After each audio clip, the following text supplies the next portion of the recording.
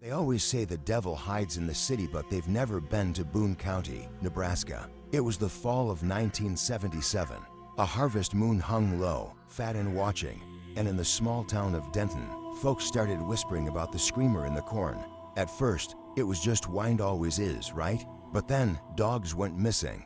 Then children spoke of a woman made of shadows, weeping between the rows at midnight. The Benson family, just a mother, her 2 sons, and a rundown farmhouse were the last ones living near the old field.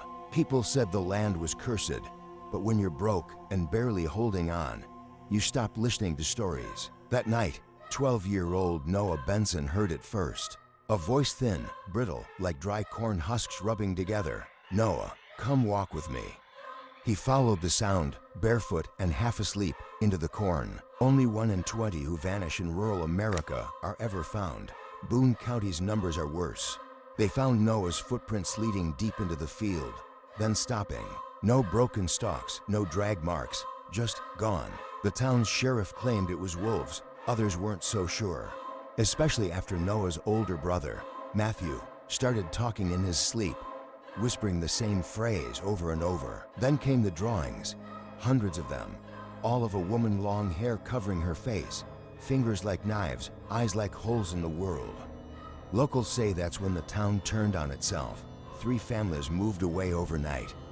The preacher burned his own church down, screaming, "She's inside the walls." Every legend starts somewhere, and some never end. On the final night, the mother locked all doors, nailed the windows shut, but the voice still came. Soft as breath, he was sweet. "Will you walk with me too?" She was found the next morning kneeling in the cornfield, her hair white, eyes empty.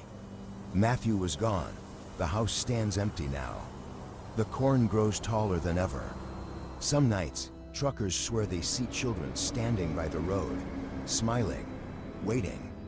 And if you ever hear the wind whisper your name when you're near Boone County, don't follow it.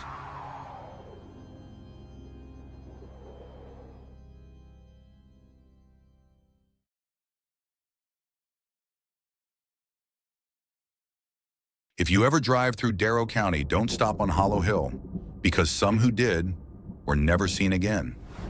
It was supposed to be a shortcut, just a dusty old road winding through the Tennessee backwoods. Locals said the hill was cursed, where soldiers vanished during the Civil War, and a preacher once burned himself alive atop it. But for 18-year-old Jess Carter, late for her shift and low on gas, the warning sounded like folklore. She turned up the radio, shrugged off the creeping fog, and pressed forward. Halfway up Hallow Hill, her car stalled. No signal, no lights, just silence, until a sharp tap-tap on the rear window made her freeze. She turned. No one. Then again, louder. This time on the windshield. A handprint, wet and upside down. Jess locked the doors. She tried calling for help, but every app on her phone blinked out, replaced with static and garbled whispers. The fog thickened. Shapes moved in it, just out of focus. Then she saw them. Figures in torn uniforms, eyes black as pitch, mouths stitched shut. She screamed, slammed the ignition. The engine roared to life. She tore down the hill, but the road seemed longer now, and behind her, the figures followed, floating above the ground, whispering her name. Jess. At the base of the hill, the car stopped again, out of gas. She ran, tripped, and when she looked back, nothing. The hill was gone, like it had never been there. The next morning, a trucker found her by the roadside, catatonic, covered in ash and blood that wasn't hers. She never spoke again. The car was never recovered. And Hallow Hill, it doesn't show up on any map anymore. But some nights when the mist rolls in over Darrow County, drivers swear they see headlights high on a hill that shouldn't exist, and a girl pounding on the inside of a window, silently begging to be let out. In America's forgotten places, truth hides in the mist, and terror waits for anyone brave or foolish enough to look for it.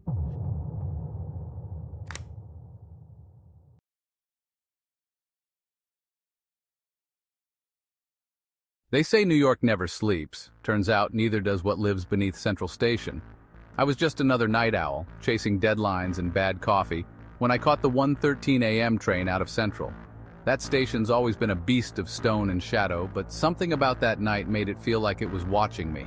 Not the commuters, not the guards, the station itself. The halls were emptier than usual, the kind of quiet that squeezes your chest. I remember the flickering light over track 17, always broken, always ignored. But that night, it blinked like Morse code, like it was warning me. I should have turned around right then, but I didn't. The train never came. Instead, the lights cut out. I heard it first, shuffling. Not footsteps, not rats, something heavier, wet, breathing.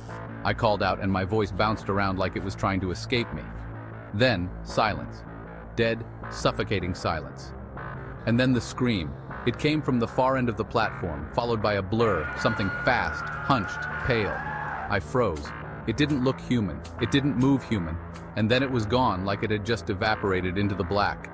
I backed up, heart pounding when the walls, they shifted. I swear to you, the stone pulsed, like veins beneath old skin. I turned to run, but the stairs I came from were gone.